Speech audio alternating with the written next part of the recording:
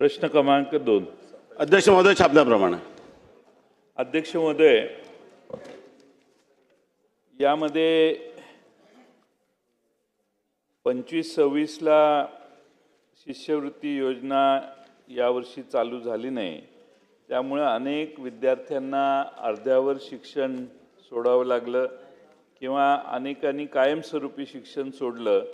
अशी परिस्थिती अतिशय चांगल्या चाललेल्या योजनेत झाली. 21-22 ते 24-25 व्यवस्थित चालली, पण 25-26 ला सरकारने व्यवस्था केली नाही आणि त्याचा परिणाम अनेक गरीब विद्यार्थ्यांच्यावर झाला.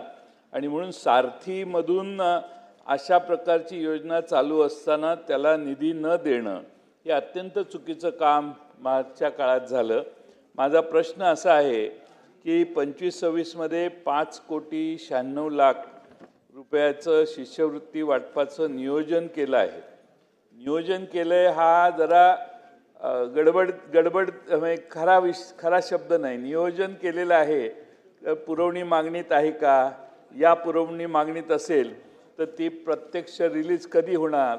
आणि आता हा महिना आहे फेब्रुवारी, म्हणजे वर्ष संपत आल्यावर तुम्ही शिष्यवृत्ती देताय आणि त्यामुळं शिष्यवृत्ती ही साधारणपणाने वर्षारंभाच्या आधी सारथीकडून सगळ्या संस्थांना पत्र गेली पाहिजे की या मुलांना ॲडमिशन घेतली, याची ही शिष्यवृत्ती आम्ही वर्ग करतो आणि किमान सप्टेंबरपर्यंत या सगळ्या शिष्यवृत्त्या वर्ग करायची व्यवस्था सरकार पुढच्या वर्षीपासून करेल काय? आणि हा 5,96,00,000 रुपयाचा जो निधी आहे शिष्यवृत्ती, ही विद्यार्थ्यांना किती तारखेपर्यंत मिळणार? या महिन्यात मिळणार, पुढच्या महिन्यात मिळणार का पुढच्या वर्षी मिळणार? याची स्पष्टीकरण द्यावं. आणि भविष्यामध्ये शिष्यवृत्ती ही योजना सुरू ठेवण्यात येणार आहे का? माननीय अध्यक्ष महोदय, सन्माननीय सदस्य, ज्येष्ठ सदस्य जयंत पाटील साहेबांनी जो प्रश्न या ठिकाणी उपस्थित केला, अशीच मी या संदर्भात सांगू इच्छितो की ही बाब सत्य आहे की जे पंजाबराव देशमुख देशांतर्गत शिष्यवृत्ती योजना होती त्यामध्ये जे 64 योजना सारथीमार्फत राबवल्या जातात त्यामध्ये ही एक योजना आहे. आणि 22-23 मध्ये 151 विद्यार्थ्यांना आपण प्रवेश दिला. 23-24 ला 295, 24-25 ला 270, परंतु यावर्षी जाहिरात काढण्यात आली नव्हती. कारण बाकीचे दायित्व खूप मोठ्या प्रमाणात वाढलं होतं. आपण दरवर्षी 300 कोटी रुपये खर्च करत होतो. आता डिसेंबरच्या अधिवेशनात आपण 100 कोटी रुपयाची अतिरिक्त, म्हणजे यावर्षी आपण सारथीला 400 कोटी रुपये दिले. आणि आजच मी सूचना दिलेल्या आहे की तात्काळ 31 मार्चच्या पूर्वी लगेच आता आजचा दिवस गेल्याबरोबर जाहिरात काढा आणि या योजनेतून जेवढे लाभार्थी आहेत त्या सर्व लाभार्थ्यांचे अर्ज मंजूर करून जी काही आपली इनटेक कॅपॅसिटी आहे त्याप्रमाणे सर्व विद्यार्थ्यांना लाभ देण्याची कारवाई करण्यात येईल. उत्तराला हरकत आहे.